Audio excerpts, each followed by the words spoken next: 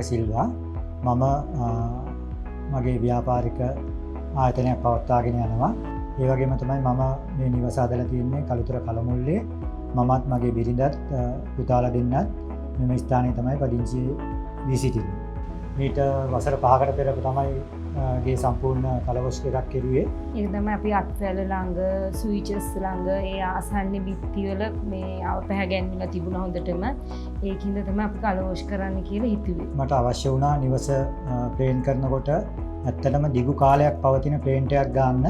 මොකද මගේ නිවසත් සුදු පාට නිසා ඉක්මනට කුණු දූවිලි අත්පාරවල් රැඳෙන නිසා ඒක නිසා මම ඒක සම්බන්ධයෙන් හොයලා බලනකොට මම දැක්ක ටීවී එකේ ඇඩ් එකක් යනවා ඒසියන් ප්ලේන් කෝස්වේ ක්ලාසික් ඩෝ කියන ප්ලේන්ට් එක. ඒතර මම තීරණය කරා මේ ප්ලේන්ට් එකත් එක්ක මේ සැරේ මගේ නිවස සම්පූර්ණයෙන්ම මම ඒකත් එක්ක කලවොස් කරනවා කියලා.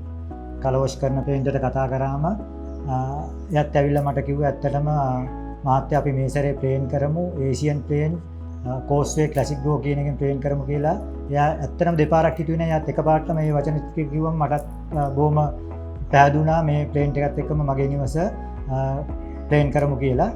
දැන් කලවොස් කරාට පස්සේ කුණු පැල්ලම් අත්පාරවල් වලින් වැදෙන ඒ කිසිම දෙයක් දැන් වැදින්නේ නැහැ. පුටු වලින් වදින සලකුණු ඒවත් නැහැ. කිසිම දෙයක් නැහැ. දැන් මට නිවස ලස්සනට පවත්වා ගැනීමට ලොකු දෙයක් වුණා ඒ පේන්ට් එකෙන්.